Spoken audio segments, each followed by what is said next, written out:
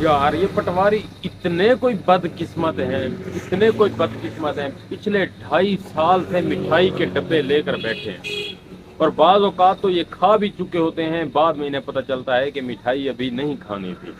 یہ ایسے ہی ہے جیسے وہ انڈیا نے کمرشل بنایا ہوا تھا، موقع موقع، وہ موقع ان کو نہیں مل رہا۔ اتنی بدقسمتی، اتنی فسطائیت، عجیب حالت، عجیب ان کا حشر کر کے رکھ دیا ہے ان کے آقاؤں نے، کہ کبھی یہ مٹھائی ان کو ہضم نہیں ہوتی، یا بعض اوقات مٹھائی کھانے کا موقع تک نہیں ملتا، وہ ڈبوں میں پڑی پڑی خراب ہو جاتی ہے۔ آج یہ جس نائلی پر خوش ہو رہے ہیں وہ اس اسمبلی سے نائلی ہے جو موجودہ اسمبلی ہے، جو چل رہی ہے، جس کو عمران خان نے جوتے کی نوک پر رکھا ہے، جس میں جانے سے انکار کیا ہے۔ عمران خان کی 6 مہینے سے تمام تر ادارے اور شہباز شریف ہاتھ جوڑ کر منتیں کر رہے ہیں کہ اسمبلی میں آ جاؤ، بیٹھ جاؤ، لیکن عمران خان نے انکار کر دیا۔ آج اسی پر نائل کر کے یہ اتنے خوش ہو رہے ہیں، بھنگڑے ڈال رہے ہیں، لیکن میرا خیال میں جن میں کچھ تھوڑی بہت سمجھ ہے ان کو ابھی تک معلوم ہو گیا ہوگا کہ یہ نائلی کوئی اتنا بڑا مسئلہ نہیں ہے، لیکن پھر بھی اس فیصلے کے خلاف، اس نائلی کے خلاف، اس الیکشن کمشنر کی، یہ ان کے پارٹی ممبر کی، ان کے سہولت کار کے اس فیصلے کے خلاف عمران خان عدالت میں جائے گا، اور انشاءاللہ یہ نائلی پرسوں اتوار کے دن ہی ختم ہو جائے گی انشاءاللہ۔ اور یہ سب کچھ جس طرح سے ہو رہا ہے، جس طرح لا قانونیت پھیلائی جا رہی ہے، جس طرح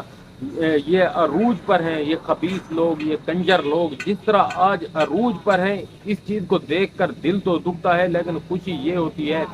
ملک کی تاریخ کے سب سے برے حالات اب چل رہے ہیں، اور شاید یہ ان لوگوں کے، ان خبیث لوگوں کے، ان کرپٹ مافیا کی مثال اسی جیسی ہوگی کہ جب دیا بجھنے لگتا ہے تو ایک بار اس کے شعلے بہت بلند ہوتے ہیں، یہ وہی ان کے بجھنے سے پہلے کے بلند شعلے ہیں، پھر انہوں نے ختم ہو جانا ہے انشاءاللہ۔ پاکستان کی تاریخ میں انہیں کرپٹ، ذلیل، خبیث، جھوٹے، مکار لوگوں میں ہی شمار کیا جائے گا، اور ان کے سہولت کار بھی اپنی آخرت دیکھ لیں، 75 سال میں راز افشاں ہو کر اس طرح نہیں آئے تھے جس طرح اللہ تعالیٰ نے عمران خان کے ذریعے اب ان کے راز افشاں کیے ہیں۔ اور عمران خان کی اعلیٰ ظرفی دیکھیے کہ اس نے کل ہی تمام تر احتجاج کرنے والوں کو روک دیا اور گھر بھیج دیا۔ اس کو معلوم ہے کہ میرے ملک کے حالات اس قدر متحمل نہیں کہ ان حالات کے، ان رکاوٹوں کے، ان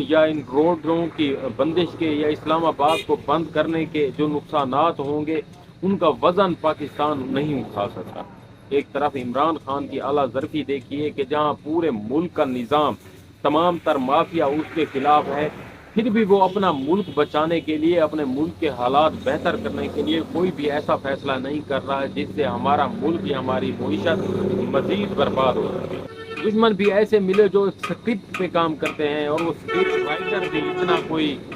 تھکا ہوا، اتنا کوئی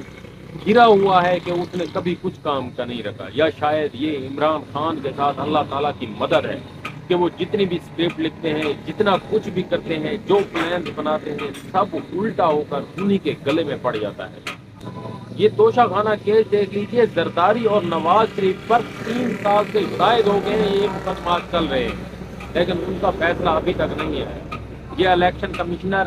ایسا انسان ہے جس نے عمران خان پر اگر توشہ خانہ ہوا تو اس نے دیکھیے کتنی جلدی کی، تو عمران خان کیسے نہ اس کو ان کا پارٹی ممبر کہے، کیسے نہ نون لیگ کا سپورٹر کہے، کیسے کہہ سکتا ہے کہ یہ الیکشن کمشنر ان کا ساتھی نہیں؟ یقیناً ہے